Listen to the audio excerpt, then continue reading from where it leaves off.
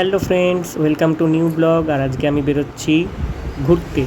তো চলো কোথায় যাচ্ছি আস্তে আস্তে দেখতে থাকো। তো এখন আমরা রওনা দিয়ে দিয়েছি, চলো।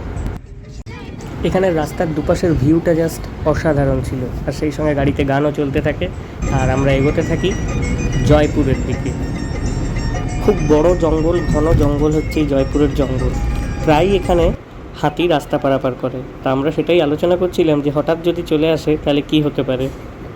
তো ফাইনালি এখন আমরা পৌঁছে গেছি জয়পুর বনলতা রিসর্টের সামনে। আর এখানে গাড়ি পার্ক করে আমরা এখন ঢুকে পড়লাম রিসর্টের ভেতরে।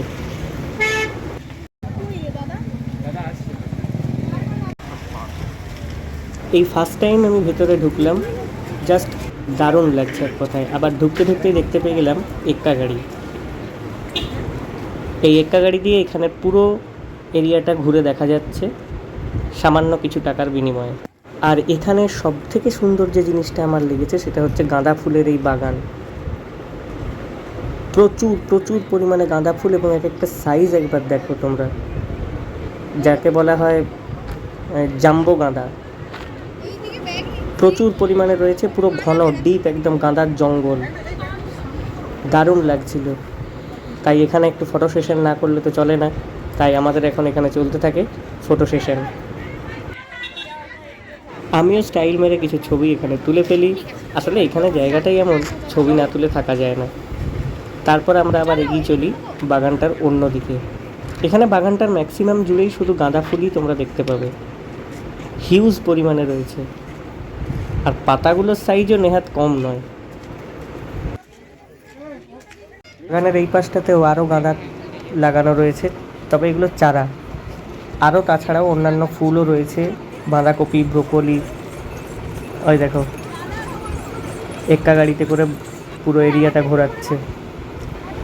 আর এই লাল ফুলগুলো দেখতে খুবই সুন্দর, তাই এখানেও কিছু ফটো সেশন হয়ে যায়। সব মিলিয়ে বাগানটা এক কথায় অসাধারণ লাগছিল। তারপর আমি চলে এলাম এই পাখিগুলোর কাছে। এই পাখিগুলোর নাম টার্কি পাখি। এগুলো খাঁচার মধ্যে ছিল, তবে যতটা সম্ভব কাছ থেকে এদের ছবি নেওয়ার চেষ্টা করলাম। বেশ সুন্দর দেখতে ছিল এগুলো। তো এই ছিল পুরো বাগান, বনলতা জয়পুর। এখানে একটা মাটির বাড়ি রয়েছে দোতলা। তারপরে আরও বাগানের কিছু অংশ দেখে আরও কয়েকটা ছবি তুলে আমাদের প্ল্যান ছিল দুপুরের লাঞ্চটা এখানেই করে নেওয়ার, কিন্তু সেটা সম্ভব হলো না, কারণ এখানে প্রচুর ভিড়। যদি এখানে খাওয়ার ট্রাই নিতাম তাহলে সন্ধে নেমে যেত হয়তো। দেখতে পাচ্ছ পার্কিং জোনে গাড়ির ভিড়টা। তাই আমরা এখানে আর একটু অপেক্ষা না করে ফাইনালি আমরা এখান থেকে বেরিয়ে পড়লাম।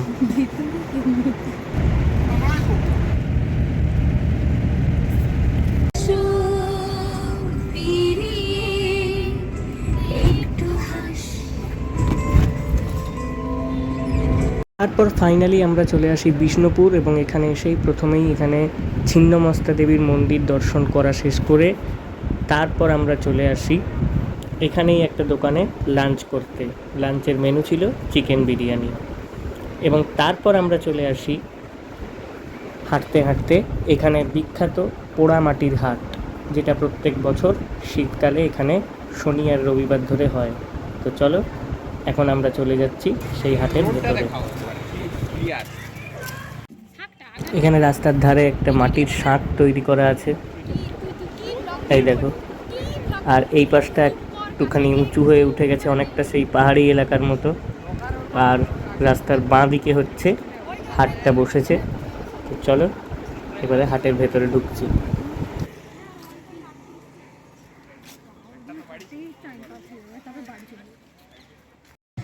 এখন আমি চলে এসেছি বিষ্ণুপুরের বিখ্যাত পোড়ামাটির হাট।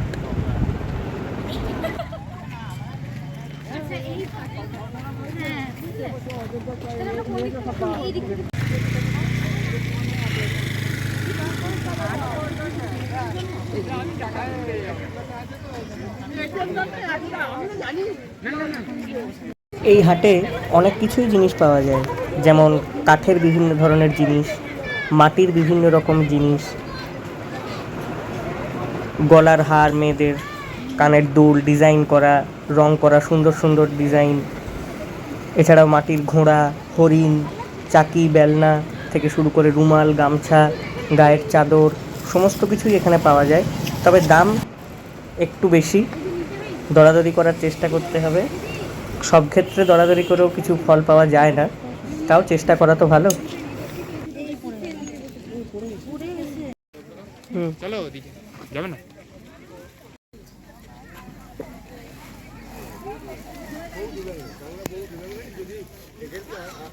তোর আবার বেগ দেয়, তুই এক কাজ কর, আমার এরকম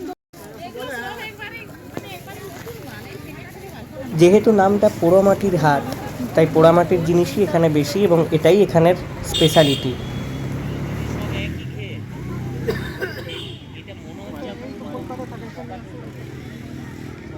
যে মাঠে হাটটা হচ্ছে সেখান থেকে বিষ্ণুপুরের যে মন্দিরগুলো কয়েকটা দেখা যাচ্ছে এখান থেকে। এখানে রয়েছে বিভিন্ন মাটির এবং কাঠের ঘোড়া, এছাড়াও আরও অনেক কিছুই আছে।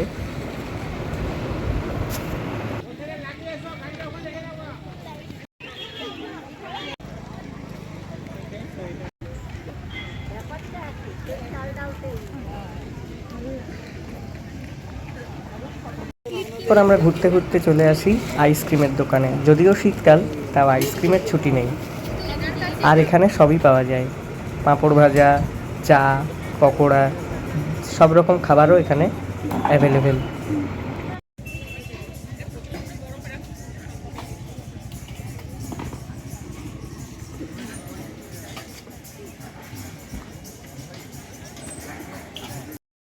এখান থেকে মন্দিরটা একদম স্পষ্ট দেখা যাচ্ছে। তারপর আমরা চলে আসি এইখানেই আদিবাসী নৃত্য দেখতে।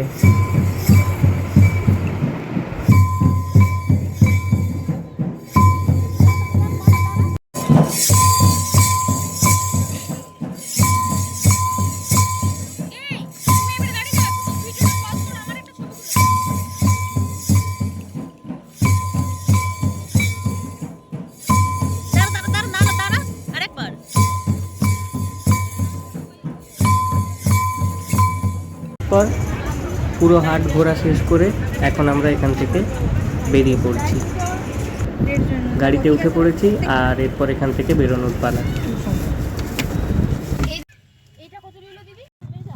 তারপর মাঝখানে আমরা একটু সিমলাপালে দাঁড়িয়েছিলাম মোমো খাওয়ার জন্যে। তারপর ওখান থেকে বেরিয়ে ফাইনালি বাড়ি চলে এসেছি। আর এই ভিডিওটা এই পর্যন্তই। ভালো লাগলে লাইক করবেন। দেখা হবে আবার পরের ভিডিও। টাটা।